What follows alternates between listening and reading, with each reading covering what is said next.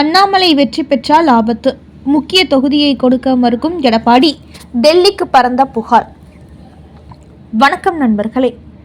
வரப்போகிற சட்டமன்ற தேர்தலில் கண்டிப்பாக வெற்றி பெற்று சட்டமன்றத்திற்குள் சென்றுவிட வேண்டும் என்று அண்ணாமலை தீவிரம் காட்டி வருகிறார். அதற்காக கோவையில் வீடு எடுத்து தங்கியிருந்து அங்குள்ள மக்கள் பிரச்சனைகளில் கவனம் செலுத்தி வருகிறார். குறிப்பாக கடந்த மக்களவைத் தேர்தலில் கோவை எம்பி தொகுதியில் போட்டியிட்டு அதிமுகவை 3ஆம் இடத்துக்கு தள்ளி 2வது இடம் பிடித்திருந்தார் அண்ணாமலை. இதனால் அந்த எம்பி தொகுதிக்கு உட்பட்ட சிங்காநல்லூர் எம்எல்ஏ தொகுதியை சட்டமன்ற தேர்தலில் தனக்கு ஒதுக்குமாறு அவர் பாஜக மேலிடத்தை ஏற்கனவே கேட்டுக்கொண்டார். ஆனால் இப்போது எடப்பாடி பழனிசாமியோ அண்ணாமலைக்கு கோவையில் சீட் கொடுத்தால் வெற்றி பெற்று விடுவார், அப்படி வெற்றி பெற்றால் பாஜகவில் இன்னும் அவர் வளருவார், அப்படி அண்ணாமலை வளர்ந்தால் அதிமுகவுக்கு சிக்கலாகிவிடும் என்று அவரை வளரவிடக்கூடாது என்பதற்காகவே சிங்காநல்லூர் தொகுதியை பாஜகவுக்கு ஒதுக்க முடியாது என்று சொல்லி திருப்பூரில் உள்ள பல்லடம் தொகுதியை அண்ணாமலைக்கு கொடுக்க முன்வந்துள்ளாராம் எடப்பாடி பழனிசாமி.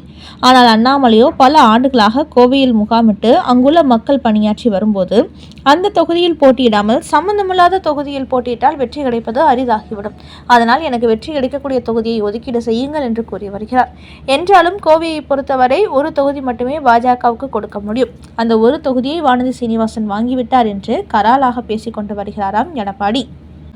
அதனால் இந்த வாதத்தை அமித்ஷாவிடம் கொண்டு செல்ல முடிவெடுத்துள்ளாராம் அண்ணாமலை. தனக்கு கோவை மாவட்டத்தில் செல்வாக்கு இருக்கும்போது செல்வாக்கே இல்லாத திருப்பூர் மாவட்டம் பல்லடம் தொகுதியை கொடுத்தால் மீண்டும் நான் தோல்வியடையக்கூடிய சூழலை ஏற்படும். அதோடு எடப்பாடி பழனிசாமியை பொறுத்தவரை பாஜகவுக்கு வெற்றி வாய்ப்பு கிடைக்கக்கூடிய தொகுதிகளை விட்டுக் கொடுக்காமல் எந்த தொகுதியில் வெற்றி வாய்ப்பு கிடைக்காதோ அந்த தொகுதிகளாக தேடி பிடித்துக் கொடுக்கிறார். குறிப்பாக சட்டமன்ற தேர்தலில் அதிமுக மட்டுமே வெற்றி பெற வேண்டும், பாஜக போட்டியிடும் தொகுதிகள் அனைத்திலும் தோல்வி அடைந்துவிட வேண்டும் என்ற கோணத்திலேயே செயல்படுகிறார். இதை ஏற்றுக்கொள்ள முடியாது என்று இந்த விவகாரத்தை அமித்ஷாவிடம் கொண்டு செல்கிறாராம். அடுத்த செய்தி.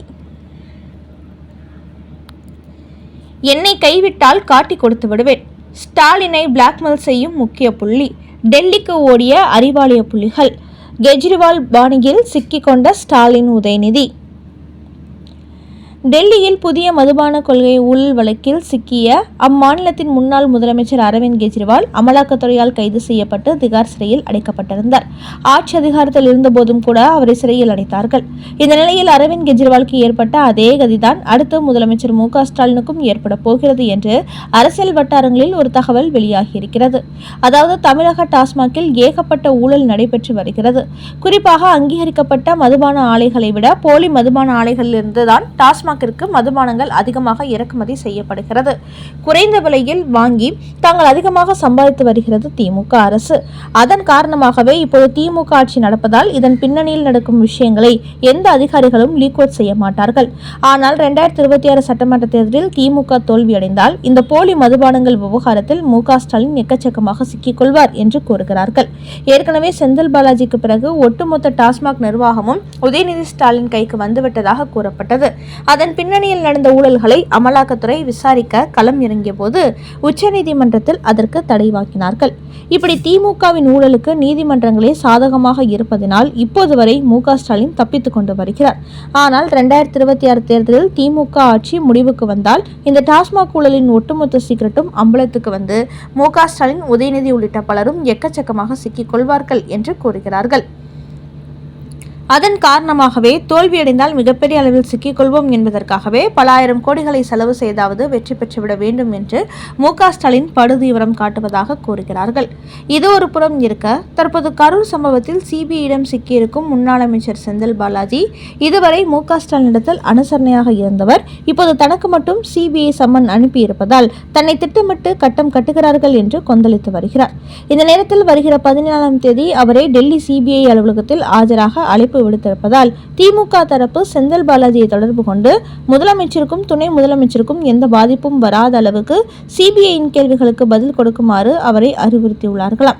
ஆனால் அதை கேட்டு கடும் கோபத்திற்கு ஆளான செந்தில் பாலாஜி, திமுகவில் யாருக்கு எந்த பிரச்சனை என்றாலும் நான் மட்டும்தான் குற்றவாளி கூண்டில் ஏற வேண்டுமா?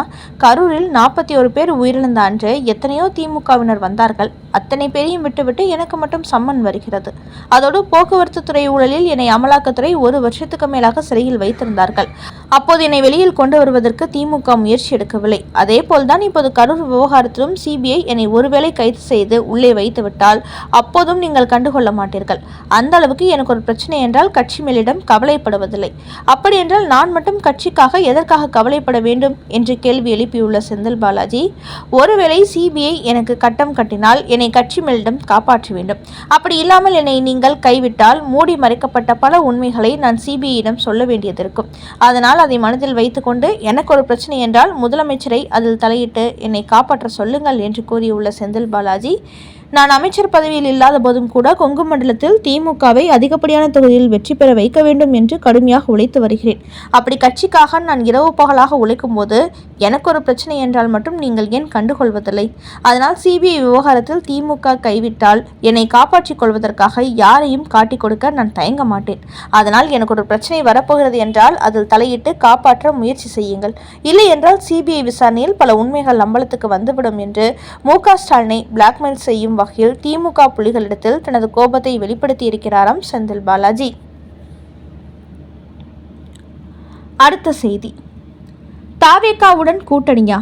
எடப்பாடி பழனிசாமி சொன்ன பதில்.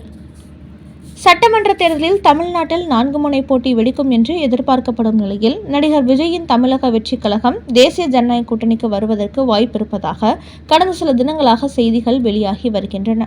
குறிப்பாக தமிழக வெற்றிக் கழகத்தில் ஒரு தொகுதிக்கு 5 கோடி ரூபாய் செலவு செய்யும் வேட்பாளர்கள் யாரும் இல்லை என்று கூறப்படுகிறது.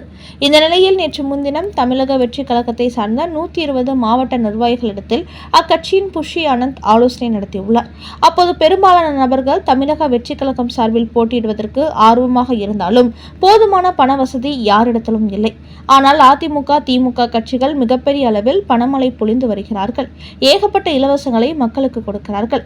அப்படி இருக்கும்போது மக்களுக்கு எந்த உதவியும் செய்யாத தமிழக வெற்றிக் கழக வேட்பாளருக்கு பொதுமக்கள் ஓட்டு போடுவார்களா என்பது சந்தேகமே என்று கூறியுள்ளார்கள். அந்த வகையில் இந்த ஆலோசனை கூட்டத்தில் பங்கேற்ற 120 மாவட்ட நிர்வாகிகளில் 98 பேர் தேசிய ஜனநாயக கூட்டணியில் இணைந்து தேர்தலை சந்திக்கலாம் என்று கூறியுள்ளார்களாம். இதன் காரணமாகவே 60 வேட்பாளர்களை தேர்வு செய்துவிட்ட விஜய் மேற்கொண்டு வேட்பாளர்களை தேர்வு செய்வதில் ஆர்வம் காட்டாமல் இருப்பதாகவும் கூறப்படுகிறது. இந்த நேரத்தில்தான் தமிழக வெற்றிக் கழகம் தேசிய ஜனநாயக கூட்டணியில் இணைய போவதாக கடந்த சில தினங்களாக செய்திகள் வெளியாகி வருகின்றன. இதுகுறித்து எடப்பாடி பழனிசாமி இடத்தில் கேட்கப்பட்ட கேள்விக்கு அவர் பதிலளிக்கையில், தேசிய ஜனநாயக கூட்டணியில் விஜய் இணைவதாக கூறப்படுவது எங்களுக்கு தெரியாது. மீடியாக்கள் தான் இப்படி ஒரு செய்தியை பரப்புகிறீர்கள். நீங்களாக கற்பனை செய்து கொண்டு பரப்பினால் அதுக்கு நாங்கள் என்ன செய்ய முடியும்? இப்போது வரை நாங்கள் பேச்சுவார்த்தை நடத்தவில்லை. அதனால் யூகத்தின் அடிப்படையில் கற்பனையாக நீங்கள் கேட்கும் கேள்விகளுக்கு நான் எப்படி பதில் சொல்ல முடியும் என்று கூறியுள்ளார். இதன் மூலம் விஜயுடன் கூட்டணி பேச்சுவார்த்தை நடத்துவதாக வெளியாகி வரும் செய்திகள் உண்மை இல்லை என்பது தெரிய வந்துள்ளது.